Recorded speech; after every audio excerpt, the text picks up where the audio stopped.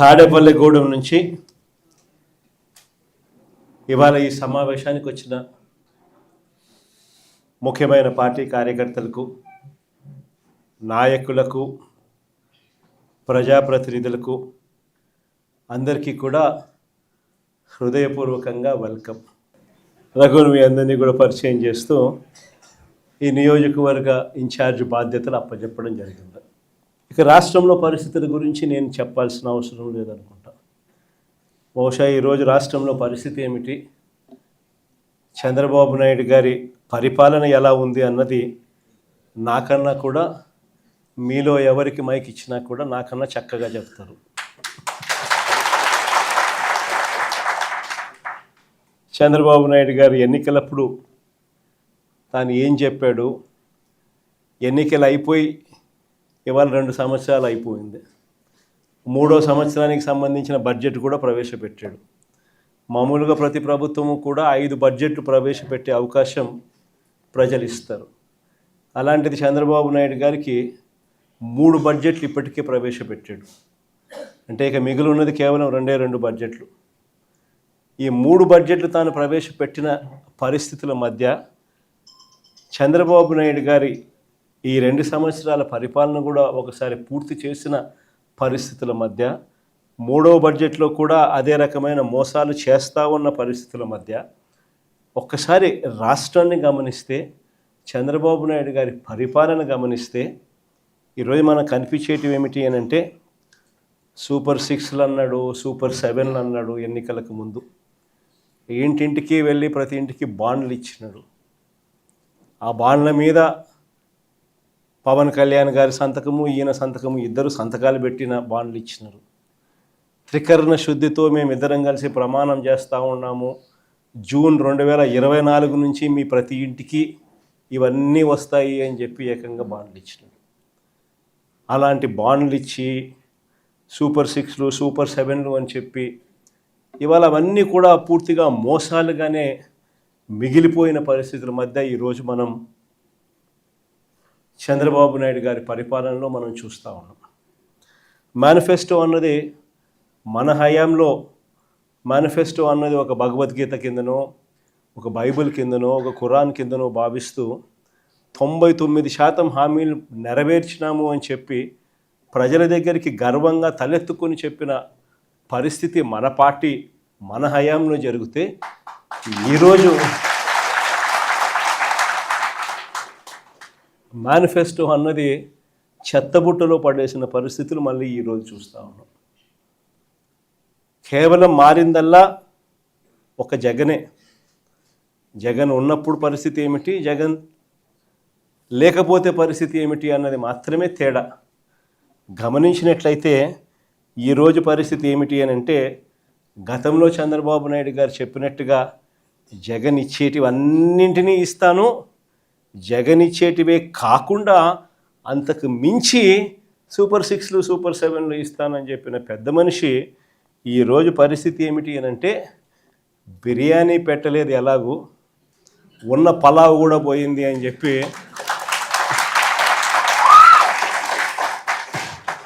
ఈరోజు ప్రతి ఇంట్లో కూడా చర్చ ఇదే మాదిరిగానే జరుగుతూ ఉంది. ఒకవైపునేమో సూపర్ 6లు, సూపర్ 7లు మోసాలుగానే మిగిలిపోయిన పరిస్థితులు, మరోవైపున మన పథకాలన్నీ కూడా రద్దయిపోయి ఈరోజు పూర్తిగా చిన్నాభిన్నమైపోయిన పరిస్థితుల మధ్య గ్రామీణ ఆర్థిక వ్యవస్థ ఈరోజు కనిపిస్తూ ఉంది. విద్య, వైద్యం, వ్యవసాయం, సుపరిపాలన, లా అండ్ ఆర్డర్, సంక్షేమం, అభివృద్ధి, ఇవన్నీ కూడా ఈరోజు తిరోగమనంలోనే కనిపిస్తూ ఉన్నాయి. ఎక్కడా కూడా ఫలాని మంచి చేశాము అని చెప్పే పరిస్థితి పోయి ఈరోజు ఎక్కడ చూసినా కూడా తిరోగమనమే కనిపిస్తుంది. ఇంకో ఆశ్చర్యకరమైన విషయం ఏమిటో తెలుసా, మన 5 సంవత్సరాల కాలంలో మనం 3,31,000 కోట్లు మనం అప్పులు మనం చేస్తే, ఆ 3,31,000 కోట్లలో 2,73,000 కోట్లు నేరుగా మీ జగన్ బటన్లు నొక్కడం, నా అక్క చెల్లెమ్మల కుటుంబాల ఖాతాల్లోకి నేరుగా డబ్బులు వెళ్ళిపోవడం చూశాం.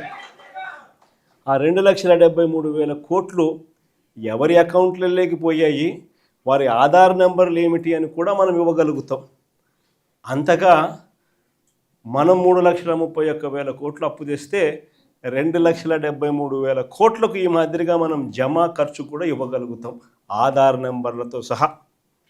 కానీ ఇదే చంద్రబాబు నాయుడు గారు ఈ 2 సంవత్సరాలు తిరక్క మునిపే మనం 5 ఏళ్లలో 3,31,000 కోట్లు అప్పు చేస్తే ఈయన 2 సంవత్సరాలు తిరక్క తలికే 3,52,000 కోట్లు తాను చేసిన గ్రాస్ అప్పులు, తాను చేసిన కమిటెడ్ అప్పులు ఏకంగా 3,52,000 కోట్లు దాటాయి.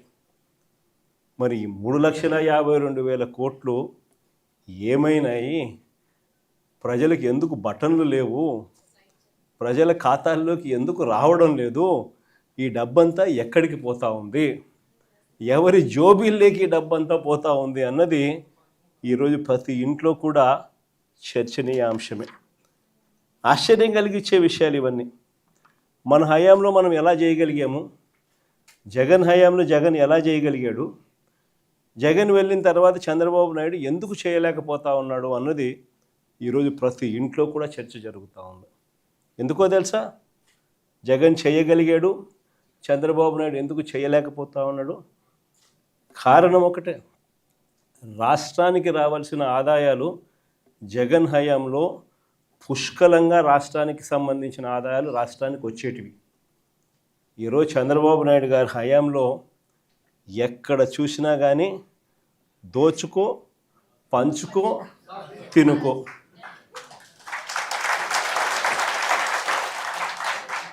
రాష్ట్రానికి సంబంధించిన ఆదాయాలు రాష్ట్రానికి వచ్చే పరిస్థితే లేదు. రాష్ట్రానికి సంబంధించిన ఆదాయాలన్నీ కూడా వీళ్ళు దోచుకోవడానికి, వీళ్ళు పంచుకోవడానికి, వీళ్ళు తినుకోవడానికే సరిపోతూ ఉన్నప్పుడు రాష్ట్రానికి సంబంధించిన ఆదాయాలు రాష్ట్రానికి రానప్పుడు ఇక రాష్ట్రం పరిస్థితి ఏమిటి? ఇదే పరిస్థితి. ఎక్కడ చూసినా ఈరోజు కనిపించేది ఏమిటి? Liquor mafia. ఎక్కడ చూసినా లిక్కర్ మాఫియా. ఏ గ్రామంలో చూసినా బెల్ట్ షాపులు. 1 కాదు, 2 కాదు, 3 కాదు, 4 కాదు. మళ్ళీ పోలీసుల దగ్గరుండి ఆ బెల్ట్ షాపులు అమ్మించే కార్యక్రమం. ఆ బెల్ట్ షాపులో ఎక్కడా కూడా ఎంఆర్పి రేటుకి అమ్మరు. ఎంఆర్పి ప్లస్ 10 రూపాయల, ఎంఆర్పి ప్లస్ 20 రూపాయల. సో గవర్నమెంట్కి రావాల్సిన ఆదాయాలు గవర్నమెంట్కి రావడంలా ఇలా జోబీల్లోకి పోయే కార్యక్రమం. అక్కడి నుంచి మొదలు పెడితే ఇసుక, మట్టి, సిలికా, క్వాడ్సు, లాటరైటు, గ్రెనైటు, చివరికి చికెన్ అమ్మాలన్నా కూడా వీళ్ళకి రావాల్సింది వీళ్ళకి ఇస్తేనే చికెన్ అమ్ముతా ఉన్నారు మార్కెట్లో. అదర్వైజ్ చికెన్ కూడా అమ్మించడంలా చాలా నియోజకవర్గాలు ఆ స్థాయిలో దోచుకుంటూ ఉన్నారు. అధిక ధరలకు పీపీఏలు, పవర్ పర్చేస్ అగ్రిమెంట్స్.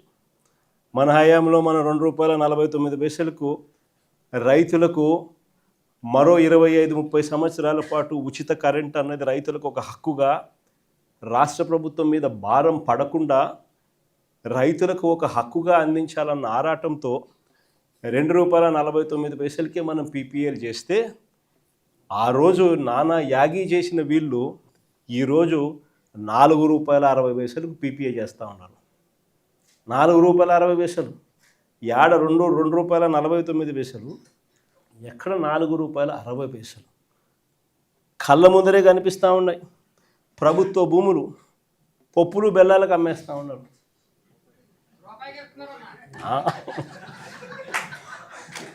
కొన్ని రూపాయికి షాపుకు పోతే చాక్లెట్ వస్తుందో లేదో నాకైతే తెలియదు, కానీ ఆంధ్ర రాష్ట్రంలో మాత్రం రూపాయికి భూములు, కోట్ల విలువ చేసే భూములు మాత్రం వస్తూ ఉన్నాయి. కళ్ళ ఎదిటే రిషికొండకు ఆపోజిట్ 50 ఎకరాల భూమి, ప్రభుత్వ భూమి, తన సొంత బంధువుకు, విశాఖపట్నం ఎంపీకి 5,000 కోట్ల విలువ చేసే భూమిని శనిక్కాయలకు, బెల్లాలకి, అసలు అది కూడా ఊరికనే రెగ్యులరైజేషన్. ఆశ్చర్యం నాకైతే. అంత దారుణంగా రాష్ట్రానికి సంబంధించిన భూములు కాజేస్తూ ఉన్నారు. ఇక అమరావతి గురించి నేను చెప్పాల్సిన పనుల, అమరావతిలో ఏం జరుగుతూ ఉంది అన్నది, ఎంతటి దారుణమైన స్కాములు జరుగుతూ ఉన్నాయన్నది మనలో అందరికీ కూడా ఇప్పటికీ అర్థమైంది. స్క్వేర్ ఫీటు కట్టడానికి 5 స్టార్ ఫెసిలిటీస్తో హైదరాబాద్లో కానీ, చెన్నైలో కానీ, బెంగళూరులో కానీ ఎక్కడైనా కూడా కట్టడానికి అయ్యే ఖర్చు 4,500 దాటదు. ఇది 5 స్టార్ లాబీసు, ఇటాలియన్ మార్బులు ఈ స్థాయిలో కట్టే కార్యక్రమాలు చేసినా కూడా అమరావతిలో మాత్రం 12,000, 14,000 అడుగు ఖర్చు. రోడ్లు వేస్తూ ఉన్నారు, 6 లేన్ రోడ్లు. నేషనల్ హైవేలు టెండర్లు పిలిస్తే 20 కోట్లు వస్తూ ఉంది. ఇక్కడ మాత్రం 53 కోట్లు లేను. ఎక్కడా లేని స్కాములు. ఎవరు ఈ స్కాముల్లో భాగస్తులు అని అంటే సాక్షాత్తు రాము, ఈనాడు వియంకుడు, బిఎస్ఆర్, బలుసు శ్రీనివాసరావు, చంద్రబాబు నాయుడు బినామీ, అంతా వీళ్ళే. వీళ్ళకి మళ్ళీ ఏంది కొత్తగా మొబిలైజేషన్ అడ్వాన్స్. ఇంతకుముందు ఎప్పుడూ లేదు. మొబిలైజేషన్ అడ్వాన్స్ చేయడమైంది కొత్తగా. ఇంతకుముందంతా వర్కులు చేస్తే బిల్లు ఇచ్చే పరిస్థితి. ఇక్కడ చంద్రబాబు నాయుడు హయాంలో వర్కులు చేయాల్సిన పనిలే. కాంట్రాక్టర్లు మనోళ్ళే, మనకు సంబంధించిన వాళ్ళే, ఈనాడు, బలుసు, ఇల్లే, అంతా ఇల్లే. అడ్వాన్సు 10%, ఒక్కొక్కరికి 6,000 కోట్లు వర్కులు అంటే ఒక్కొక్కరికి 600 కోట్లు అడ్వాన్సులు. వర్కులు చేయడం కదా దేవుడు వరకు. ఫస్ట్ మొబిలైజేషన్ అడ్వాన్సులు 600 కోట్లు ఒక్కొక్కరికి. ఈ స్థాయిలో దోచేస్తూ ఉన్నారు. ఎక్కడా కూడా రాష్ట్రానికి సంబంధించిన ఆదాయాలు ఇక రాష్ట్రానికి ఎలా వస్తాయి? రాష్ట్రానికి సంబంధించిన ఆదాయాలు ఇలా కొల్లగొడతా ఉంటే ఇక రాష్ట్రంలో ప్రజలు, పేదలు, మధ్యతరగతి వర్గాలు వీళ్ళ పరిస్థితి ఏమిటి? ఈరోజు ఆశ్చర్యకరమైన విషయం ఏంటంటే ఏ రైతుకు కూడా ఈరోజు గిట్టుబాటు ధర రావడంలా. ఉల్లి పంట చూసుకో, శనగ పంట చూసుకో, ఏ పంట అయినా చూసుకో, దళారీల వ్యవస్థ. ఏ రైతుకు కూడా గిట్టుబాటు ధర రావడంలా. అదే మన హయాంలో ఆర్బీకే పెట్టి, ఈ క్రాప్ పెట్టి, అందులో continuous monitoring of agricultural prices and procurement అని సీఎం యాప్ అని పెట్టి ప్రతి ఆర్బీకే పరిధిలో ఒక పోస్టర్ కనిపించేది. ఇదిగో ఈ పంటలకు ఇవి గిట్టుబాటు ధరలు అని. అంతకన్నా తక్కువ రేట్లు ఎక్కడైనా కానీ ఉంటే వెంటనే ప్రభుత్వం ఇంటర్వ్యూన్ అయ్యేది. ఆ వెంటనే ఆర్బీకే పరిధిలో నుంచి అగ్రికల్చర్ అసిస్టెంటు వెంటనే సీఎం యాప్లో అప్లోడ్ చేసేవాడు. జాయింట్ కలెక్టర్, మార్క్ఫెడ్కు సంబంధించి జాయింట్ మేనేజింగ్ డైరెక్టర్ పోస్ట్లో కూడా ఆయన పెట్టాం. వెంటనే జాయింట్ కలెక్టర్ ఇన్వాల్వ్ అయ్యేవాడు. వెంటనే ఆ ఆర్బీకే పరిధిలోనే మార్కెట్ ఇంటర్వెన్షన్ జరిగేది, కొనుగోలు చేసేవాళ్ళు. ఆ రకంగా 7,800 కోట్లు మనం ఖర్చు చేసి ప్రతి పంటకు గిట్టుబాటు ధరలు ఇచ్చిన పరిస్థితి నుంచి ఈరోజు రైతులకు ఏ పంటకు గిట్టుబాటు ధర రాని పరిస్థితి. ఈరోజు రైతులకు ఉచిత పంటల బీమా గాలికి ఎగిరిపోయిన పరిస్థితి. రైతులకు కరువు వచ్చినా, తుఫాన్లు వచ్చినా, ఇంకోటి వచ్చినా ఆదుకునే నాతుడు లేడు. వాళ్ళ కర్మ అంతే అన్న పరిస్థితి, వదిలేసిన పరిస్థితి. మన హయాంలో ఇన్పుట్ సబ్సిడీలు సీజన్ ముగిసేలోగానే ఇన్పుట్ సబ్సిడీలు ఇచ్చి మరుసటి సీజన్కి రైతును సన్నద్ధం చేసేవాళ్ళం. ఈరోజు వ్యవసాయం పరిస్థితి అట్లుంటే ఈరోజు విద్యకు వచ్చేసరికి ఇంకా దారుణమైన పరిస్థితులు కనిపిస్తాయి. ఫీజు రీయింబర్స్మెంట్ బకాయిలు మన ప్రభుత్వ హయాంలో ప్రతి త్రైమాసికం అయిపోయిన వెంటనే, ప్రతి 3 నెలలకు ఒకసారి ఆ త్రైమాసికం అయిపోయిన వెంటనే మరుసటి త్రైమాసికంలోకి వచ్చేసరికి ఇంతకు ముందు త్రైమాసికానికి సంబంధించిన డబ్బులు తల్లుల ఖాతాల్లోకి నేరుగా పడిపోయేది. ఫీజు రీయింబర్స్మెంట్ కింద విద్యా దీవెన, వసతి దీవెన ఈ 2 కూడా క్రమం తప్పకుండా ఇచ్చేవాళ్ళం మన ప్రభుత్వ హయాంలో. ఈరోజు పరిస్థితి చూస్తే ఏకంగా ఇప్పటికే ఈ సంవత్సరానికి సంబంధించిన బడ్జెట్ కూడా లెక్కేసుకుంటే 10,000 కోట్ల అవసరం ఉంటే బడ్జెట్లో 2,600 కోట్లు పెట్టినారు. అది ఎంత ఇస్తారో తెలీదు. పిల్లలకు ఈరోజు చదువులు మానేస్తూ ఉన్న పరిస్థితులు. తల్లిదండ్రులు ఈరోజు పిల్లల్ని చదివించాలంటే చదివించలేము అని చెప్పి పిల్లలు చదువులు ఆపించేసి వాళ్ళని పనులకు పంపించే పరిస్థితిలోకి తల్లిదండ్రులు వచ్చేసినారు. విద్యా దీవెన పరిస్థితి అది. వసతి దీవెన పరిస్థితి అది. నాడు నేడు స్కూళ్ళల్లో పూర్తిగా ఆగిపోయిన పరిస్థితి. గోరుముద్ద అన్నది మనము పిల్లలకు బ్రహ్మాండమైన భోజనం పెట్టాలి అని చెప్పి ఆరాటంతో మనము చేస్తే ఈరోజు గోరుముద్ద అన్నది కనుమరుగైపోయిన పరిస్థితి. 8వ తరగతికి వచ్చేసరికి పిల్లల చేతుల్లో ట్యాబులు కనిపించేటివి. ప్రతి స్కూలు ఇంగ్లీష్ మీడియం. నాడు నేడుతో 6వ తరగతి నుంచి ప్రతి class digitised class room. Government స్కూళ్ళు ప్రైవేట్ స్కూళ్ళతో పోటీ పడలేరు అన్న పరిస్థితిని మార్చేసి ప్రైవేట్ స్కూళ్ళు గవర్నమెంట్ స్కూళ్ళతో పోటీ పడే పరిస్థితి మన ప్రభుత్వ హయాంలో మనం తీసుకొస్తే ఈరోజు స్కూళ్ళన్నీ కూడా నిర్వీర్యమైపోతా ఉన్న పరిస్థితి కళ్ళెదుటే కనిపిస్తూ ఉంది.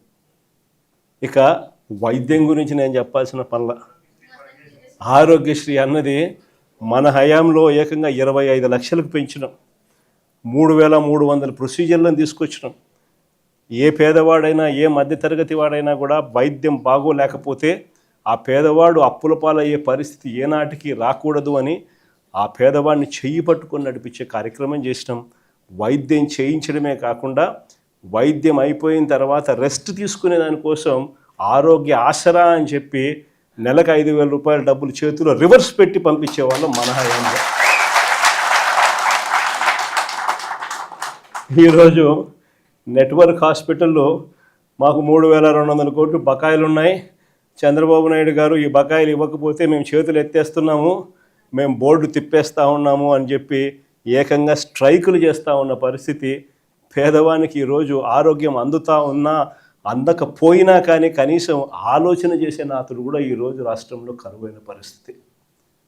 ఇలా ఏ వ్యవస్థ చూసుకున్నా ఎక్కడా కూడా మంచి కనపడడంలా అన్నీ కూడా తిరోగమనమే కనిపిస్తూ ఉన్నాయి.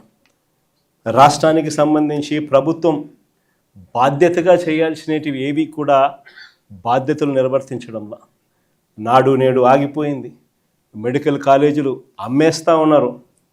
ముఖ్యమైన రాయలసీమ లిఫ్ట్ వంటి ప్రాజెక్టులన్నీ కూడా చేయకుండా ఆపేసిన కార్యక్రమాలు కనపడతా ఉన్నాయి. రైతుల గురించి పట్టించుకునే నాతుడు లేదు, పిల్లల గురించి పట్టించుకునేవాడు లేడు, అక్క చెల్లెమ్మల గురించి పట్టించుకునేవాడు లేడు. చివరికి అక్క చెల్లెమ్మలకు పొదుపు సంఘాలకు 0 వడ్డీ డబ్బులు కూడా ఇవ్వని పరిస్థితి. స్కీములకు అయితే దేవుడు ఎరుగు, కనీసం 0 వడ్డీకి డబ్బులు కూడా ఇవ్వని పరిస్థితిలోకి అక్క చెల్లెమ్మలు మొత్తం నిర్వీర్యమైపోయిన పరిస్థితులు ఈరోజు రాష్ట్రంలో కనిపిస్తూ ఉంది. ఇలాంటి పరిస్థితుల మధ్య వైఎస్ఆర్ కాంగ్రెస్ పార్టీ శ్రేణులు ప్రజల తరపున పోరాటం చేయడానికి వైఎస్ఆర్సీపీ జెండాను చేత పట్టుకుని ప్రజలకు అండగా తోడుగా మేము ఉన్నాము అని చెప్పి ఈరోజు వైఎస్ఆర్సీపీ పార్టీ రాష్ట్ర వ్యాప్తంగా ప్రజలకు తోడుగా ఉందని చెప్పి గర్వంగా కూడా ఈరోజు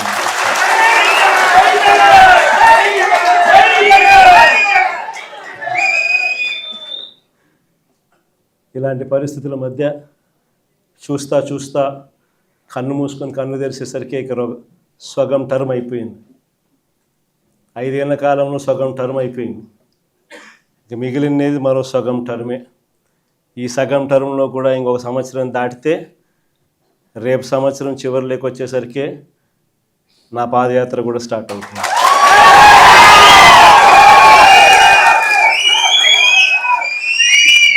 దాని తర్వాత 1.5 సంవత్సరం నేను కూడా రోడ్డు మీదనే ప్రజలతోనే ప్రతి నియోజకవర్గము తిరుగుతూ వస్తా. ఆ తర్వాత ఆ పాదయాత్ర స్టార్ట్ అయిన తర్వాత చంద్రబాబు నాయుడు గారికి వైఎస్ఆర్ కాంగ్రెస్ పార్టీ శ్రేణులు ప్రతిరోజు చంద్రబాబు నాయుడు గారికి సినిమా చూపిస్తాను. చంద్రబాబు నాయుడు గారికి మోస్ట్ ప్రాక్టికల్ సొల్యూషన్ ఇచ్చినాం మనం.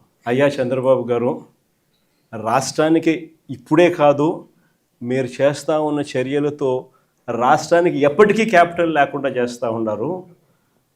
అలా చేయడం వల్ల రాష్ట్రానికి అసలు క్యాపిటల్ అనేది ఉండదు మీ వల్ల. దయచేసి ఇది మానుకోండి. అమరావతి అని చెప్పి నువ్వు రైతులను మోసం చేస్తూ ఉండవు, అమరావతి అని చెప్పి నువ్వు ప్రజలను మోసం చేస్తూ ఉండవు. ఆ అమరావతిలో రోడ్లు వేయడానికే, కరెంట్ వేయడానికే, డ్రైనేజ్ వ్యవస్థ నెలకొల్పడానికే, నీళ్ళు ఇవ్వడానికే, ఇలాంటి బేసిక్ వసతులు కల్పించడం కోసమే నువ్వంతట నువ్వే ఎకరాకు 2 కోట్లు ఖర్చు అవుతుంది అని చెప్పి నువ్వంతటి నువ్వే సెంట్రల్ గవర్నమెంట్కు డిపిఆర్లు ఇచ్చినావు, నువ్వంతకు నువ్వే బ్యాంకులకు డిపిఆర్లు ఇచ్చినావు. ఈ లెక్కన 50,000 ఎకరాలకే 1,00,000 కోట్లకే దిక్కు లేదనుకుంటే మరో 50,000 ఎకరాలని చెప్పి నువ్వు మళ్ళా వచ్చి మళ్ళా తీసుకుంటూ 1,00,000 ఎకరాల అమరావతి అని చెప్తూ ఆ 1,00,000 ఎకరాలకు 2,00,000 కోట్లు తేవాలి అని అంటే ఆ 2,00,000 కోట్లతో నువ్వు నిరంతరం రోడ్లు వేస్తూనే ఉంటావు, నువ్వు నిరంతరం కరెంట్ ఇచ్చే కార్యక్రమమే జరుగుతూ ఉంటుంది, నువ్వు నిరంతరం డ్రైనేజ్ పనులే చేస్తూ ఉంటావు, నువ్వు నిరంతరం నీళ్ళు ఇచ్చేదానికోసమే నువ్వు అవస్థ పడతా ఉంటే ఇక రాజధాని ఎప్పుడు వస్తుంది? ఎన్ని దశాబ్దాలు పడుతుంది? ఇప్పటికే 12 ఏళ్ళు అయిపోయింది 2014 నుంచి ఇప్పటికే దిక్కు దివానం లేదు. ఇంకా ఎన్ని దశాబ్దాలు పడుతుందో తెలియదు. డబ్బంతా రోడ్లకే ఖర్చు అవుతుంది, డబ్బంతా కరెంట్ ఇవ్వడానికి ఖర్చు అవుతుంది, డబ్బంతా డ్రైనేజీలు పెట్టడానికే ఖర్చు అవుతుంది. ఇంకా ఎన్ని దశాబ్దాలు పడుతుందో.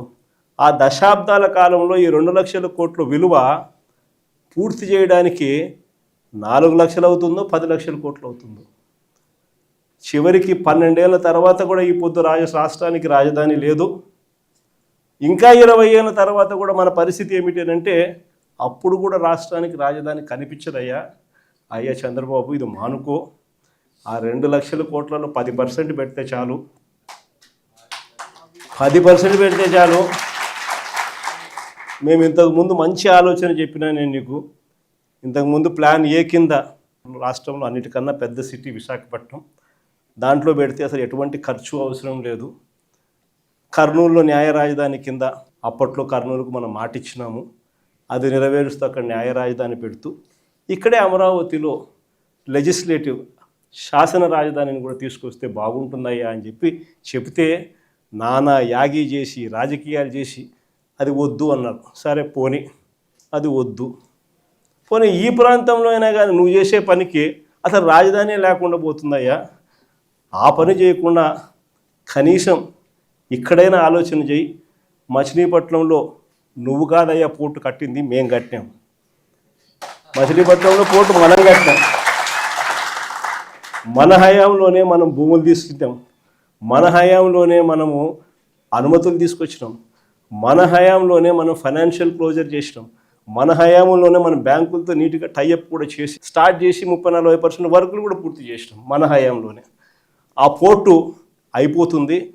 మచిలీపట్నం నుంచి విజయవాడకు కేవలం 70 కిలోమీటర్లు, విజయవాడ నుంచి గుంటూరుకు మరో 40 కిలోమీటర్లు, మొత్తం ఈ 110 కిలోమీటర్లు హైవే ఉందయ్యా. విజయవాడలో ఇంటర్నేషనల్ ఎయిర్పోర్ట్ ఉంది, మచిలీపట్నంలో పోర్ట్ వస్తూ ఉంది. ఈ హైవేకి అటు ఇటుగా ఎక్కడ నువ్వు కట్టే ఆ బిల్డింగులు ఇక్కడ కడితే దీన్నే మచిలీపట్నంలో నుంచి మా, విజయవాడలో నుంచి విఐ, గుంటూరులో నుంచి గన్ను, మావిగన్ అని చెప్పి ఈ 110 కిలోమీటర్లు ఈ ఎకనామిక్ కారిడార్ కింద, క్యాపిటల్ కారిడార్ కింద డిక్లేర్ చేసి ఆ కట్టే బిల్డింగ్లు ఆడ కట్టుకోకుండా ఇక్కడ కట్టయ్యా. 2,00,000 కోట్లలో నువ్వు పెట్టే అమౌంట్లో 10% ఇక్కడ పెడితే చాలయ్యా. ఆ రోడ్ల కనెక్టివిటీని కొంచెం ఇంప్రూవ్ చేస్తే చాలు, బ్రహ్మాండమైన రాజధాని ఇక్కడే తయారవుతుంది. డే 1 నుంచే రాజధాని వస్తుంది, ఒక గ్రోత్ ఇంజిన్ తయారవుతుంది. కనీసం 20 ఏళ్ళ తర్వాత అయినా మన పిల్లలు ఉద్యోగాల కోసం ఎక్కడికెక్కడికో పోవాల్సిన అవసరం లేకుండా మా మావిగంలోనే ఉద్యోగాలు దొరుకుతాయ్యా అని చిలకకి చెప్పినట్టు చెప్పినా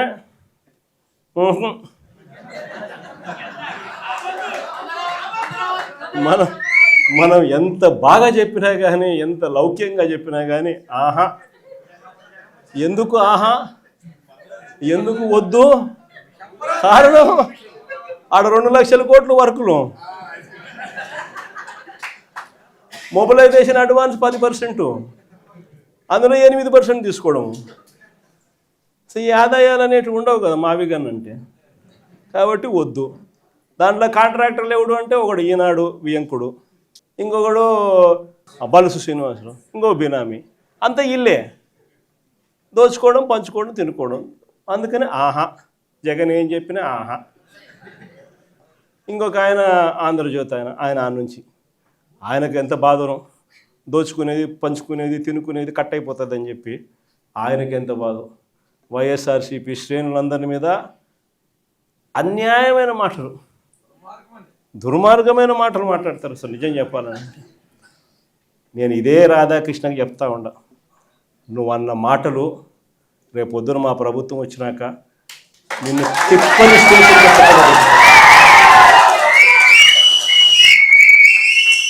వైఎస్ఆర్సీపీ శ్రేణులను, వైఎస్ఆర్సీపీ కార్యకర్తల భార్యలంటే నీకు అంత అలుసుగా కనిపిస్తుందా రాధాకృష్ణ అని చెప్పి నేను చెప్తాను. ఎవరికైనా వాళ్ళకైనా భార్యలు ఉంటారు. వారి భార్యలను ఉద్దేశించి మనలో ఎవరైనా కానీ మనమైనా కూడా అలా మాట్లాడితే వాళ్ళకి నచ్చుతుందా? ఎవరికి నచ్చదు. నచ్చినప్పుడు అలాంటి మాటలు మాట్లాడేదానికి కనీసం అలాంటి మాటలు మాట్లాడినప్పుడు తప్పు అని చెప్పి కనీసం ఈ నాయకులన్నా చెప్పాలి కదా. ఈ చంద్రబాబు నాయుడు చెప్పడు, ఈ లోకేష్ చెప్పడు, ఇలా దత్తపుత్రుడు చెప్పడు. ఎంత సిగ్గు లేకోకుండా ఆ రాధాకృష్ణ తప్పుడు మాట్లాడితే ఆ తప్పుడు మాటలకు సమర్థిస్తారు వీళ్ళంతా. ఈ స్థాయికి రాజకీయాలు దిగజారిపోతే రేపొద్దున ఈరోజు సోషల్ మీడియాలో ఎప్పుడెప్పుడో కమెంట్లు పెట్టినవన్నీ తీసుకొని వచ్చి పిల్లలందరినీ తీసుకొని వచ్చి స్టేషన్ల చుట్టూ తిప్పుతున్నారు, జైళ్ళల్లో పెడతా ఉన్నారు, కోట్ల చుట్టూ తిప్పుతూ ఉన్నారు, కొడుతున్నారు. ఇదే రేపొద్దున ఆంధ్రజ్యోతి రాధాకృష్ణ కూడా రేపొద్దున ఇదే జరుగుతుందని ఖచ్చితంగా చెప్తా ఉన్నాను.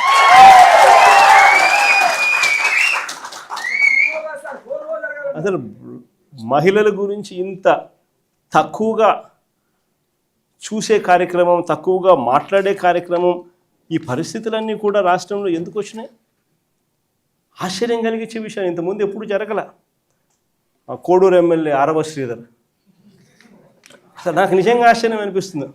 జనసేన ఎమ్మెల్యే అంట మోసం చేశాడని, అత్యాచారం చేశాడని చెప్పి పాపం ఆ పాప ఆందోళన చేస్తూ ఉంటే ప్రతి ఒక్కరికి కంప్లైంట్ ఇస్తే ఆ పాపను కొడుతున్నారు. ఆ పాప రోడ్డెక్కితే ఆ పాప రోడ్డెక్కి నాకు అన్యాయం జరిగిందని ఆ పాప చెప్తే ఆ పాపను కొడుతున్నారు పోలీసుల సమక్షంలో. ఇంకొకడు నర్సరావుపేట ఎమ్మెల్యే, ఇంకొకడు కళ్ళ ముందరే కనిపిస్తుంది. ఎస్పీ ఆఫీసుకి పోయి బాత్రూంలోకి పోయి డోర్ కడేసుకుంటాడు. అసలు ఎస్పీ ఆఫీసులోకి పోవడం ఏంది, బాత్రూమ్ లేకపోయి నువ్వు డోర్ గడేసుకోవడం ఏంది, డోర్ గడేసుకొని నువ్వు స్ట్రైక్ చేయడం ఏంది? అసలు దానికి చంద్రబాబు నాయుడు పంచాయతీ చేస్తాడు. పోయి లోపల బొక్కలో వేయకుండా చంద్రబాబు నాయుడు పంచాయతీ చేస్తాడు. ఇంకోడు చూస్తాడు బిఆర్ నాయుడు అని, ఇంకోడు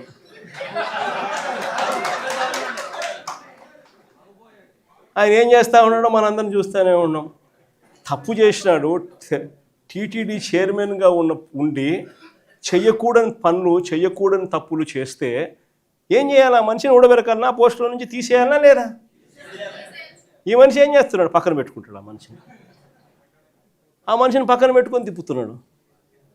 అసలు ఎంత దారుణంగా తయారైపోయినారు అని అంటే ఆశ్చర్యం కలిగించే విషయాలు ఇవన్నీ కూడా.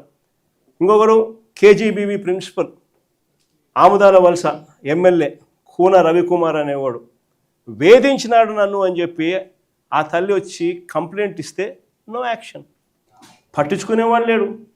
ఇంకొకడు ఆడవాళ్ళకి అశ్లీలంగా ఫోన్లు చేసి, అశ్లీలంగా వీడియో కాల్స్ చేసిన గుంటూరు ఈస్ట్ ఎమ్మెల్యే నజీర్ ఇంకోడు సోషల్ మీడియాలో వైరల్ అవుతూ ఉంది. ఆడవాళ్ళకి ఫోన్ చేసి అశ్లీలంగా ఈ మనిషి వ్యవహరిస్తూ ఉండడం కనపడతా ఉంది. ఏం చేయాలి చంద్రబాబు నాయుడు? యాక్షన్ తీసుకోవాలన్నా, జైల్లో పెట్టాలన్నా, కనీసం ఇట్లాంటి జరగకుండా అట్లా చేస్తేనే కదా ఇట్లాంటి జరగకుండా ఉంటాయి. No action. ఇంకొకడు మహిళలపై దారుణమైన లైంగిక దాడికి చేసినాడు. ఇంకోడు పేరు కోనేటి ఆదిమూలం. దారుణంగా మహిళలపై లైంగిక దాడికి పాల్పడ్డా ఆ వీడియోలు బయటికి వచ్చినా ఆ ఆదిమూలంపై నో యాక్షన్. వీళ్ళంతా ఎమ్మెల్యేలు. ఒకరిని చూసి ఒకడు చేస్తే ఏం యాక్షన్ లేదు, సరే ఆయన మీద ఏం యాక్షన్ లేదు, ఇంక నా మీద ఏం యాక్షన్ తీసుకుంటారని ఇంకొకడు, ఒకరిని చూసి ఇంకొకడు, అందరూ కూడా రాక్షసులు అవుతా ఉన్న పరిస్థితులు. ఇంకొకడు సరే ఎమ్మెల్యేల కథ దేవుడు ఎరుగు. సంధ్యారాణి అని ఒక మంత్రి పిఏ మహిళలను లైంగికంగా వేధించినాడని చెప్తే ఆ పిఏ మీద కూడా నో యాక్షన్, పైగా ఆ మహిళ మీద కేసు. ఈ స్థాయిలో మహిళల పరిస్థితి రాష్ట్రంలో ఉంటే ఇంకొకడు లాస్ట్కి చివరకు ఈ ఆంధ్రజ్యోతి రాధాకృష్ణ ఈ మనిషి మాట్లాడే మాటలు ఒకరిని చూసి ఇంకొకటి అంత ఆటవిక ప్రపంచంలో అందరూ కూడా రాక్షసులై ఏ మాదిరిగా రాష్ట్రంలో పరిపాలన సాగుతోందని చెప్పడానికి ఇవన్నీ కూడా నిదర్శనాలు. ఇలాంటి పరిస్థితుల మధ్య రాష్ట్రంలో యుద్ధం జరుగుతూ ఉంది. ఒకవైపున ప్రజల తరపున మంచి తరపున ప్రజలకు మంచి చేయాలన్న ఆరాటంతో వైఎస్ఆర్సీపీ ఒకవైపున నిల్చుంటే మరోవైపున రాష్ట్రాన్ని అన్ని రకాలుగా చెడు చేస్తూ రాష్ట్రాన్ని దోచుకొని తింటున్న తెలుగుదేశం పార్టీ మరో పక్క. ఇక్కడ యుద్ధం జరుగుతూ ఉంది. ఈ యుద్ధంలో ఖచ్చితంగా దేవుడు మన పక్షాన్ని నిలుస్తాడు. రేపు పొద్దున ఎన్నికలు ఎప్పుడు వచ్చినా ప్రజలు ఫుట్బాల్ దన్నట్టుగా దంతా తెలుగుదేశం పార్టీని